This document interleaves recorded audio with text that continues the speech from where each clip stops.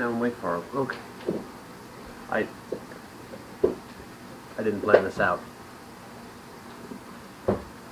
So I'm watching a video, because I do that too. And it gets to a part where it's referencing analogies, and it's a physics talk. Well, rather, it's a physics and internet, specifically media like YouTube, driven discussion about the popularity and gathering of subscribers. And he gets to this part about analogies and how he's describing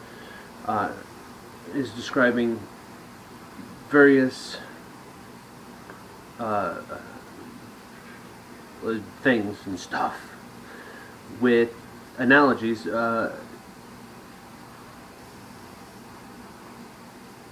and he's flip-flopping them, but he's talking about the analogies that he's using and the referencing and the comfortability that we have using analogies to reference something that we understand to better understand something that we don't.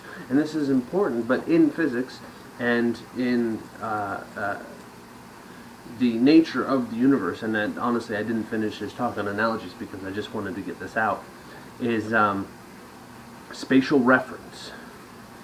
We can't have measurement really without anything to measure against, and that's the use of analogies. It's fundamentally, or it's a fundamental of the world, is that if you're going to measure something, you're going to measure it against something you already know. Otherwise, there is no measurement. You have an indeterminable amount of space. From one point to another, it could be far, it could be close, you don't know, but without that third point to say, okay, well, it's farther than this one, or it's closer than this one.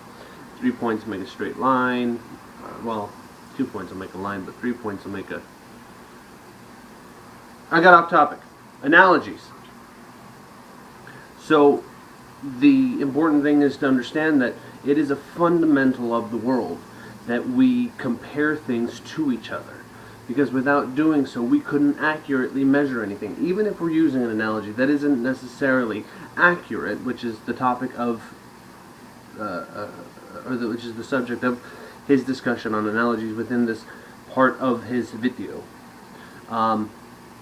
The accuracy isn't necessary. It's a stepping stone to getting to a greater understanding and linking really the forms, the shapes, the rhythms, the movement, the scale, the size, or even just the relationship between different things. You can find similarity in all manner of things. Like I frequently talk about people as particles and particles as people, and then both of those as cosmic systems.